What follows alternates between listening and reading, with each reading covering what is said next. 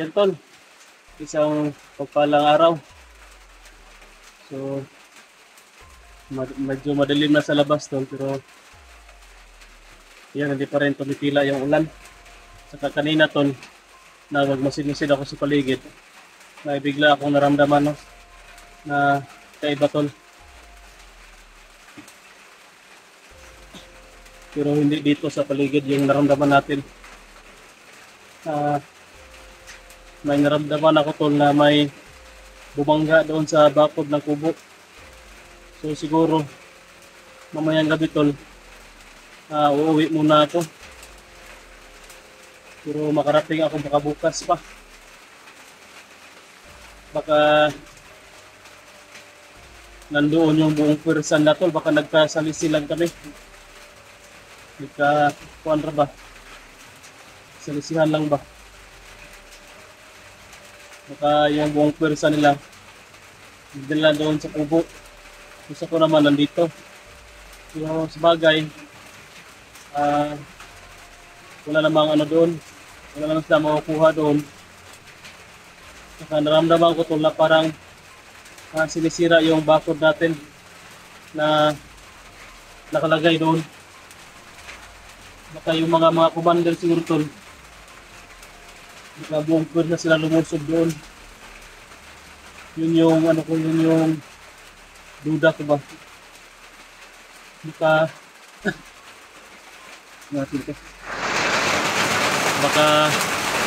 nandoon sila lahat, tapos ako naman yung nandito. Kaya siguro wala akong nasasagupa dito tol. Wala akong ano dito, na encuentro at nakikita kahit isang tao o bandido. Duda ko baka nandoon pumunta lahat sa kubo. Baka nag-full force sila doon ba pumunta sa kubo. Kaya siguro tol, pag ano ng ulan, paglipas ng ulan ngayon, hindi na ako matutulog dito. Didiretso na ako noon, bababa na ako siguro para ma-check ko doon kung baka nandoon yung mga kalaban natin.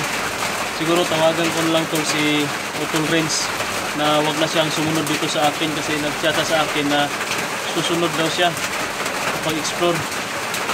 Siguro ano ko na lang, i-share na lang niyo tol yung video na ito para kay Utol Renz na baka pwede niyang i-check doon yung kubo. Baka may maaligid-aligid na doon, baka ano nila yung kubo ba, baka mabuwag nila yung bakod tol. Kasi duda ko baka mga commander, nandoon yung mga commander, baka tulong-tulong sila sa pagtira ng bakod ko doon para mabuwag nila at lulusubin yung kubo at baka susunugin, no? So sana may i-share nyo yung video natin tol para ma-check doon ni Utol Renz yung kubo. So ano lang kayo tol, i-chat ko na lang siguro na huwag magkumpiyansa, magmasid lang doon sa malayo, huwag magkumpiyansa, baka maraming kalaban doon na nag-aabang. Medyo matatagalan kasi ako, baka makarating ako bukas pa. Pag tila ng ulan ngayon, naalis ako, maghahanap ako ng signal para makapag-upload tayo ng video. So bukas baka makauwi na ako tol. Tamang-tama rin kasi mag-i-eleksyon na. Makaboot pa tayo, hindi tayo mawala sa listahan. Sayang din yung isang boto natin. At yun nga, dahil pag-usapan natin yung boto, so vote wisely tol. Yung napupusuan yung mga kandidato, pero kayo lang yung nakapuso, sila walang mga puso, huwag nyo lang iboto. Pero siyempre may iba na may utang na loob, kasi nga yun nga, ginawang ano yung mga pinamigay, nakabenepisyo. So sa totoo lang yung binigay sa atin naman yan galing, sa mga tax ng mga tao. So wala kayong obligasyon dyan, wala kayong utang na loob dyan kung nakatanggap kayo, kasi para naman talaga yan sa mahirap.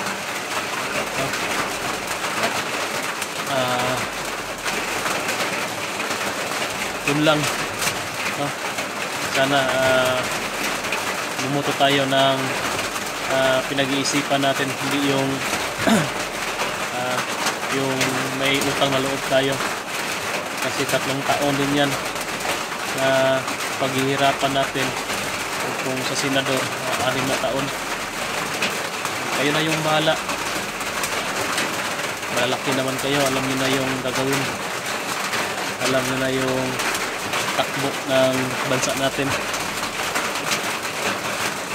Tagal pa rin tumila yung ulan. Ayan, ayaw pa rin tumila yung ulan, tol. Kanina pa tayo gusto mo makaalis kasi mag-upload ako ng video ba. Siguro dyan sa taas meron siguro signal dyan.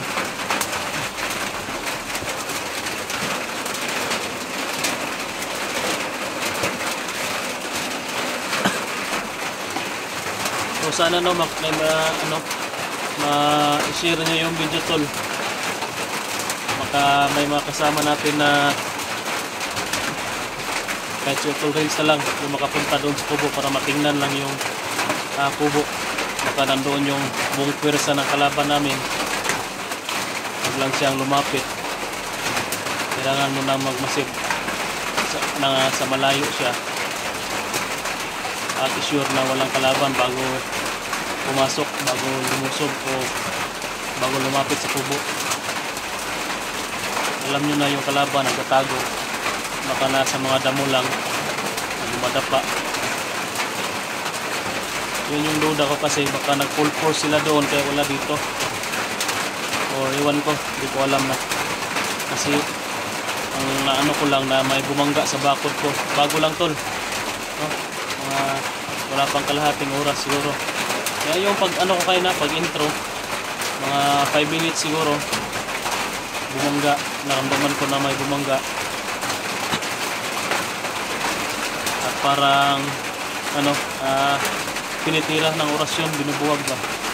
So hindi ko na dito masyado kasi medyo malayo, hindi ko na maramdaman, kaunti na lang.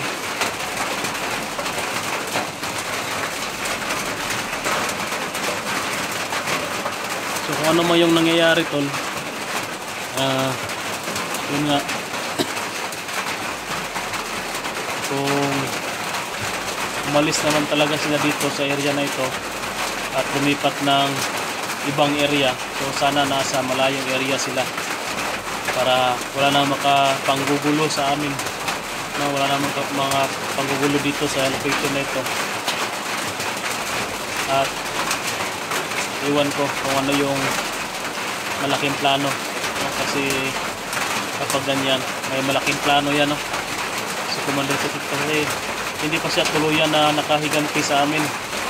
Gusto niyang mahiganti pero hindi pa. Wala pa talaga siyang achievement na nakapahiganti sa amin. At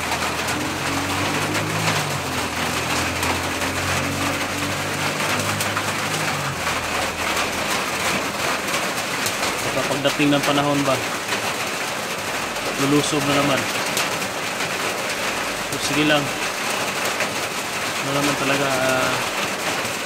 trabaho naman talaga natin to, at dapat lahat ng oras i-alert pa tayo. So yun lang siguro, tol, yun lang siguro sa sa video natin ito.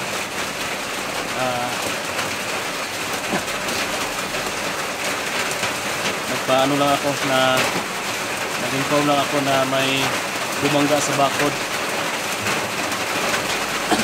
Malapit lang sana kung nasa bahay lang ako. Bilis na mga 50 meters lang sa bahay. 50 possibility. ano natin, puntahan agad natin. Pero yun nga, nandito tayo sa bundok, wala makatingin-tingin doon. So sana si Boy hindi siya makaisip ba na pumunta doon sa kubo, baka may kukunin siya, baka pupunta siya sa kubo, delikado. Pero sinabihan ko naman yun na wag mo nang maglabas-labas doon sa kubo na pinaglalagyan ko sa kanya. Kaso lang medyo may katigasan ninyo ng ulo, lalo na mababagot ba, mababagot sa kubo kasi siya lang mag-isa doon, kasi nga umalis na si Buddy Dudong.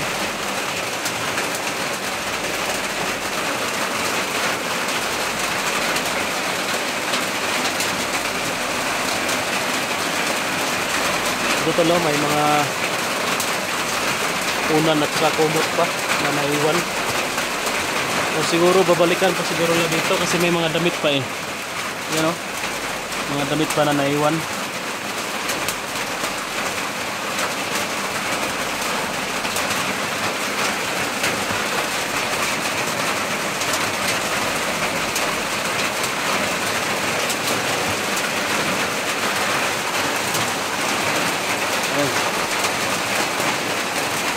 Maraming lamok tol. Ayoko namang maraming lamok, pero ayoko magpausok kasi baka may kalaban sa malayo, makikita na may usok dito, magtataka. Kaya ayoko magpausok, hindi tayo na kumpiyansa. Ay naku,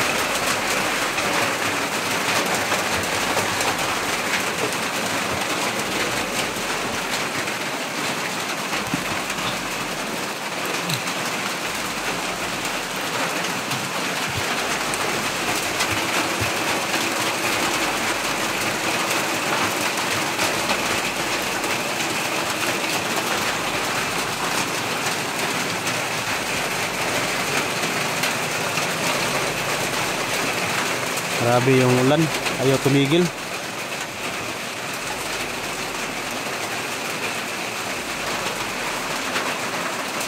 Masa naman tayo kung aalis tayo agad dito na umulan pa.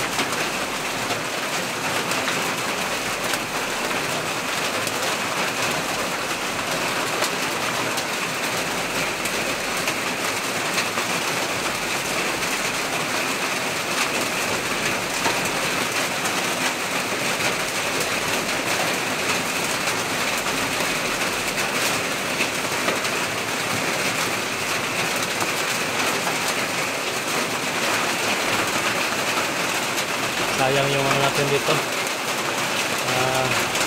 pag i-explore wala tayong wala tayong napala kasi wala tayong nasa sagupa. Kahit si lang tol, kahit si Brad Pitt lang yung makuha natin para malaman natin tol kung paano, bakit bumalik siya sa pagkabandido, paano siya nakuha, paano siya na punta dito sa bundok ulit, at bakit siya nagpapaalipin kay Commander Sipsip. Sana hindi siya nagpaalipin, pero yun nga, duda ko rin na na-hypnotize na tol, kaya wala sa sarili. Last time na nagkasagupa kami, hindi niya kami kilala, ni Art at ni Utol. Ibig sabihin, hypnotize talaga tol. Kawawang bata yun. Gusto ko sanang tulungan ba, pero maka isa yun sa pumunta doon sa kubo, no? Marami sila lahat, full force na doon ba? Stilapan.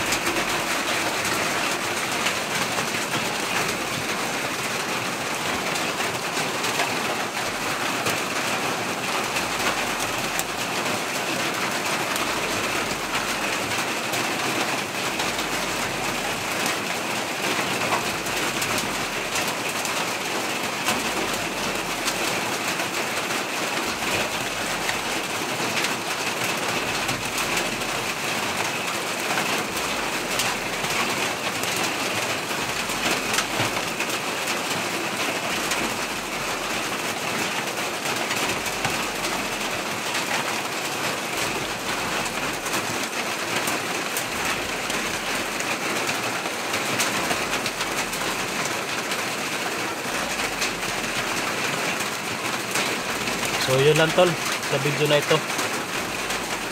Video ko doon kasi parang may gumagalaw pero parang hangin lang siguro.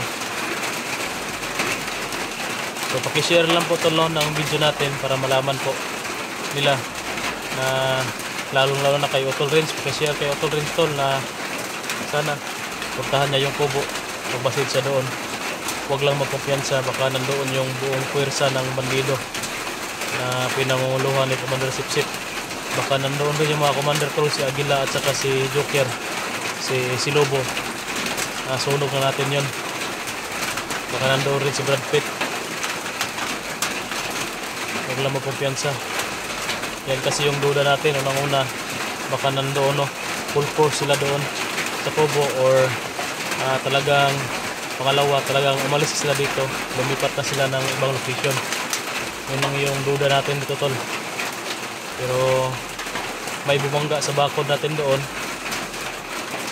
so baka may kalaban talaga na pumunta doon tol. Yun lang tol sa video na ito. Pag-share na lang. Ingat kayong lahat. God bless.